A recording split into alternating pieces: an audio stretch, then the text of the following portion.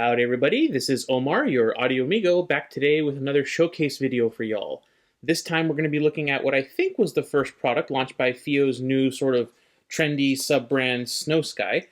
This little guy is the SnowSky Retro Nano. It's a wireless Bluetooth DAC amp combo priced at 63 US dollars. It's roughly in line price-wise with the FiiO BTR13, which is interesting since those specs are very similar between the 13 and the Retro Nano here. This has, however, a more retro aesthetic and what in my opinion is a cheaper build. Is this slightly lower priced Retro Nano a sort of value option that's worth considering, or is it one of those sort of upsell only models to get people to buy BTR13s instead? Let's find out. The packaging and accessories on the Retro Nano are pretty sparse, but as I keep saying, with a device like this, as long as they include what's necessary for daily operation, I don't mind it at all. Inside the box, you will find the Retro Nano itself, a lanyard for wearing the unit around your neck that I've already sort of put in place here. You also get a battery holder, a USB C to C cable for use in wired mode with a mobile device, and you also get some sticker sheets to sort of decorate and personalize your Retro Nano. I personally didn't apply any of these, but I think they can look pretty cool with stickers on here. One thing I do wish SnowSky would have included would have been some sort of case. I think the construction here might need a little bit of protection. I haven't scratched mine up or anything, but I think in more daily sort of urban use, I think it could see a little bit of damage, and I think a little case would go a long way to sort of protecting it. But overall, this is everything you need to get started and start using this little guy immediately out of the box.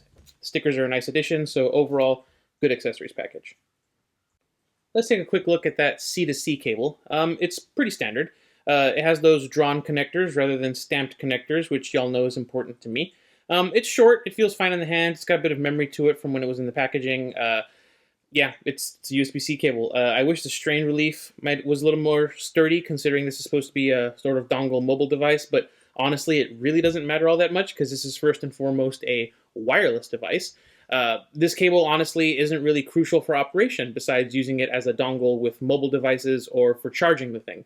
Speaking of charging the thing, this is fully USB-C power delivery compliant, which means it will work with basically any USB-C charger, any USB-C cables. I know some more affordable devices don't have the resistors for the charging port, which means you can only charge them with the USB A to C connector, which is a pain. Thankfully, FiiO/SnowSky, full power delivery compliance, which means you can charge it with basically anything.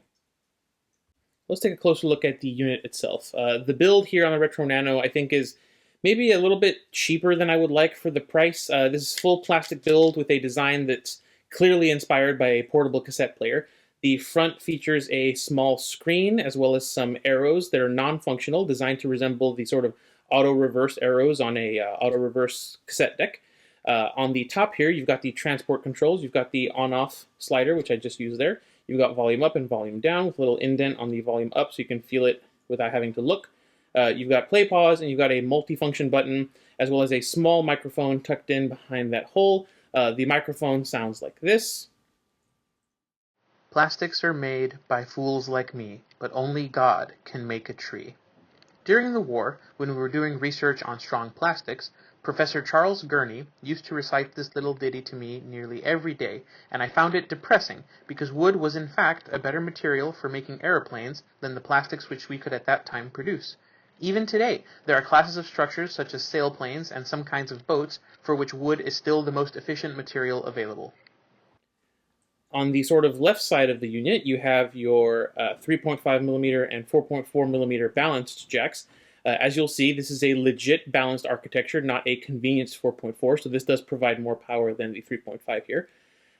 On the other side, you've got the USB C port, as I mentioned, power delivery compliant, also works with data for using this as a dongle.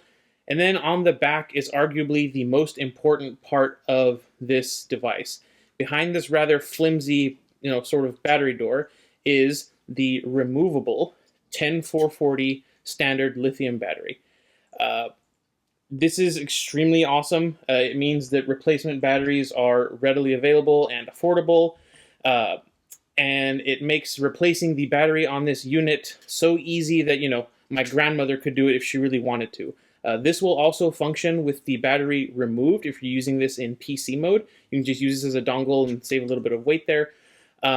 Yeah, I think that honestly this battery is the best part of the device and the main reason why I think you should be considering this. I'll talk about it a bit more later. Overall, the build on the Retro Nano here is a bit plasticky, but I think it's decently solid in the hands. I do wish they had included a case for it or sold one separately like they do for the Echo Mini. Build is not bad. For a wireless device, I think being lightweight is a good thing. Overall, I think it's fine. So let's go ahead and get into the specifications here. The Retro Nano features a pair of Cirrus Logic 43131 DAC chips in a full balanced configuration. These are capable of decoding up to 16-bit 96 kHz FLAC files.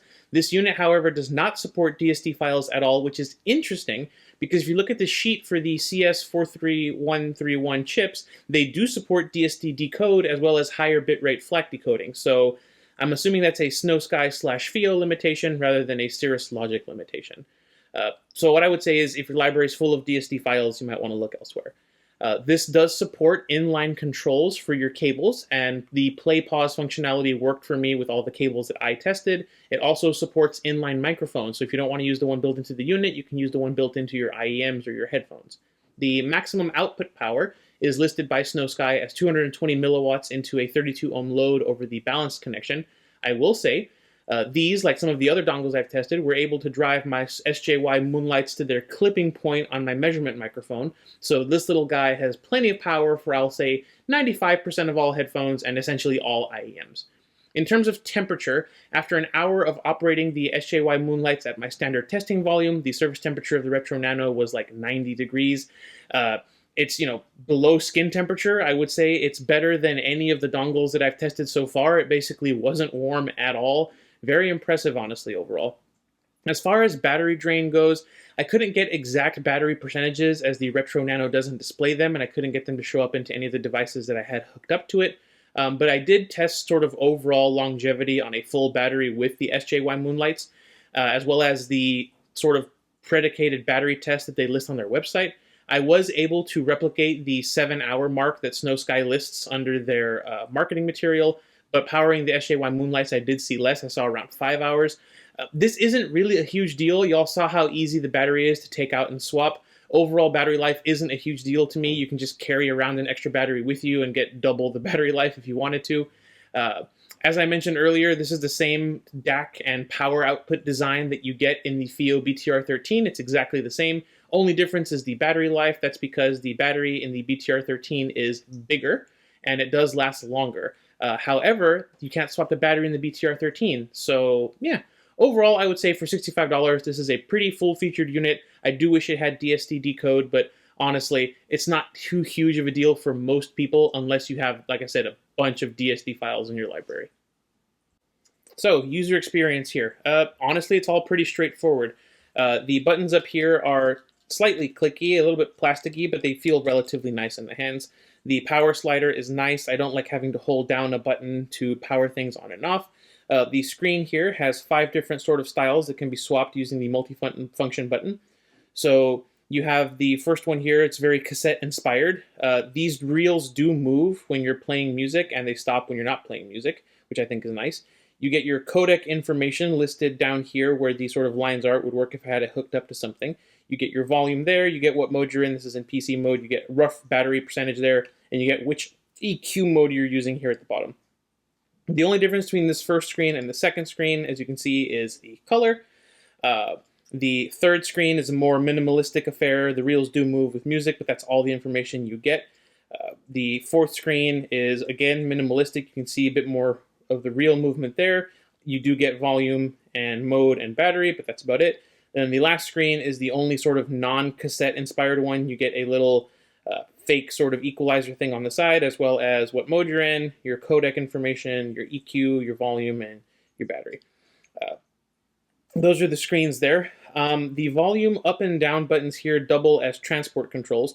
You can set their functionality in the app, making it so it's sort of hold down to go forward or back a track, or double tap to go forward and back a track. I have it set to long press because the frequency for the double tap, I just couldn't figure it out, quickly enough for me to like it. So I just kept the long press. It does mean that you can't hold and increase volume a lot at a time, but I prefer to increase volume slowly anyway. I would say if you can figure out the frequency to double tap the buttons to skip songs, in my opinion, it would be the better choice. You can change that functionality, as I said, in the app. The app is also where you can access the 10-band PEQ profiles built into the device. I'll put up some pictures here. You can set up 3 different custom EQ profiles into this unit in addition to the factory-provided ones. It's a full 10-band PEQ. Sadly, there's currently no way to import text files with your EQ settings into this. Hopefully that gets added in as a feature at some point to the FiiO app. Inside the menu here, you have a couple of interesting options. There's the battery protection mode, which keeps the battery at or below 80% to help the battery last longer overall. I do have that enabled here.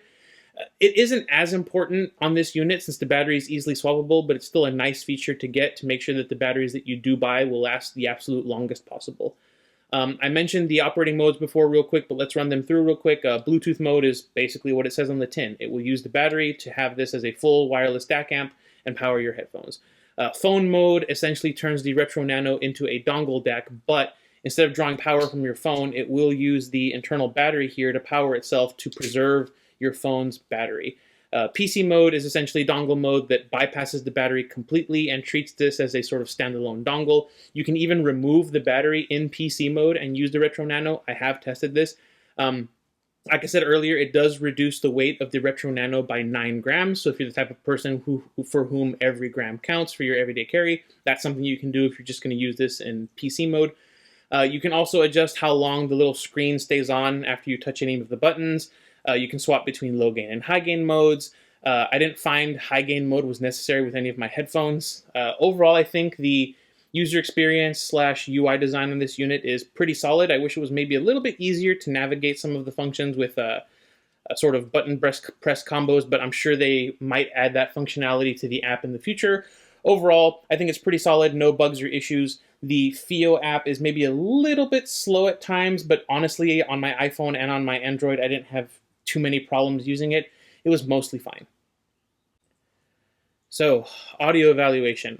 Again, when it comes to sound, I'm not the best person to evaluate stuff like this. What I will say is that using the higher quality Bluetooth codecs on my Sony Xperia, I didn't really notice anything off or bad about the quality of the sound coming out of the Retro Nano here. I didn't feel like it was really getting in the way of my audio, which I think is good. I have tried other DAC amps with Cirrus Logic DAC chips before. I've liked them, and I think the Retro Nano doesn't really disappoint me in terms of sound quality. I think it's very well implemented in terms of noise, in terms of audio hardware. I don't think this is inferior to any of the other dongles at this price point that I've tried in terms of sound quality or power output. I just think it's overall really solid, and there's nothing off about the sound, which, is all I can really ask about a wireless device like this. So for comparisons, I feel like the obvious one would be the BTR13, but sadly, I don't have one because I got this instead, seeing as the specs were the same. I do, however, have a BTR11, which you've seen me do a video on, and I have the BTR15, which, as you can see, nicely bookend the Retro Nano here. Compared to the BTR11, the Retro Nano is a much more fully featured unit compared to the sort of bare bones quality on the BTR11. That does make sense. You can buy 2, maybe 3 of these depending on the sale for the price of a single one of these, so not really expecting all that much. While both of these are all plastic builds, the Retro Nano feels considerably sturdier and better put together than the BTR11 here. The Retro Nano supports more codecs, has balanced output, has significantly more power output than the BTR11, has modes to bypass the battery and stuff like that. BTR11 does win in terms of overall battery life, however. However, you can just stick a second one into the Retro Nano here and go as long as you want on the fly. I honestly don't think the BTR11 is really competition for the Retro Nano. This is a completely different price bracket, and the people who are going to be looking at buying this most likely won't be looking into buying this. It's just too big of a price leap. BTR15, however, has a lot more in common with the Retro Nano than the BTR11. Let me get the battery out of the way. This also has full PEQ functionality in the FiiO app. It also has balanced output, and it also has the full suite of Bluetooth codecs like the Retro Nano. Unlike the Retro Nano, however, the BTR15 here will decode any audio file all the way up to DSD-256 and the highest FLAC bit rates and bit depths. It also packs nearly 50% more output power at 340 milliwatts versus the 220 in the Retro Nano. It's got a more premium metal and glass build. The buttons feel more satisfying as well. And instead of a lanyard, you get a belt clip, which I prefer. And to top it all off, it is removable. If I can do this on camera, yep. It just slides right off. So you can have a nice, sleek unit with a belt clip when you want it. I honestly just put the belt clip on all the time because, as I said, I like the clips. Again, battery life on this is longer due to the fact that it's just a physically larger battery. Again, Retro Nano doesn't care. Bonus battery life all the time, super easy. In all honesty, I was daily driving the BTR15 when I needed Bluetooth connectivity for audio up until the Retro Nano came out. Something about the retro looks and the hot swap battery just took the daily driver crown from the BTR15. Not because it sounds better or has more power, because honestly, I really can't hear too much of a difference between these two. And as I said, this will power everything in my collection just fine.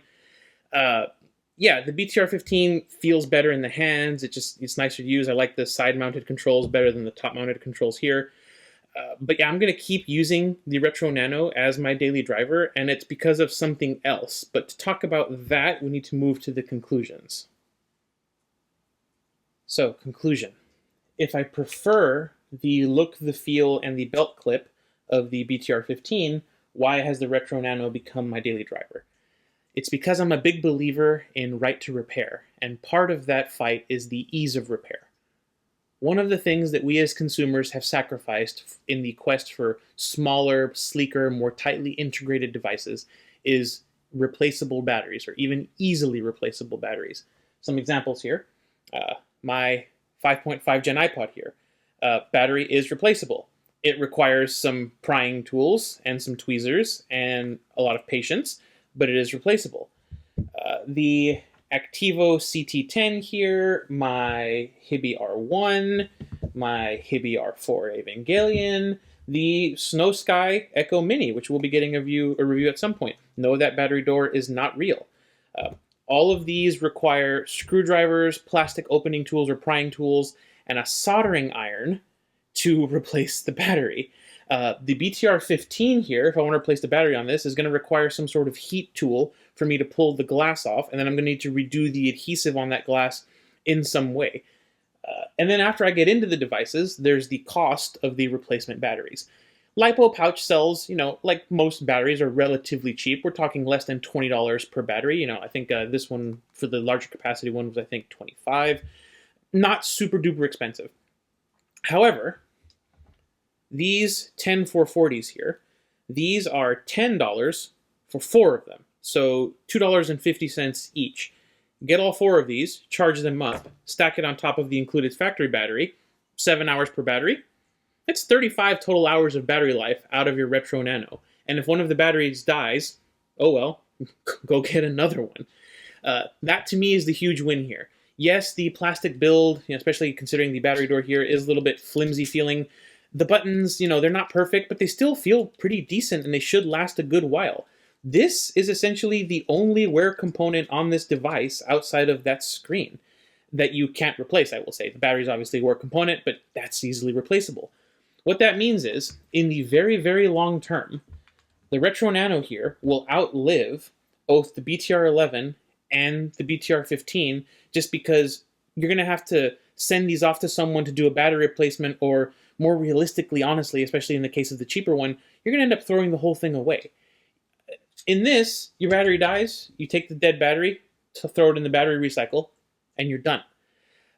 That's less waste overall. It's better for the consumer. It's better for the environment. It's a win-win scenario. I'm so happy they gave us that battery door. And that's why this is getting a rating of you should buy this. Not because it's the best sounding DAC amp combo, not because it's the best quality overall, not because it's the best built, but because we need to vote with our wallets as consumers. I was shoulder-saggingly disappointed when I found out that this battery door wasn't real. I've taken this unit apart. There's plenty of room down here to fit a 14500 swappable lithium cell like this one, but bigger, here in the bottom. I was very, very disappointed that they didn't take the effort to make this also have a removable battery. We need to show the industry, we need to show the companies producing these devices that easily replaceable batteries like this is something that we want in future devices.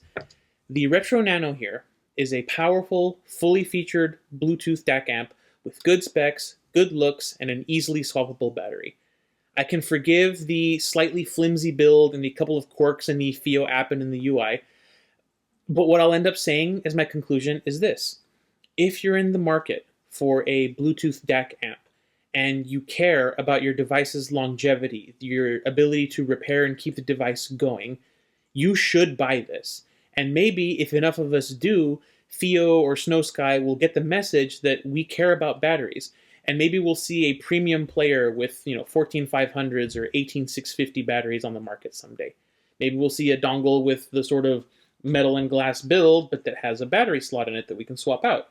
Sony did it with Minidisc players back in the 2000s. What's to stop them from doing it now?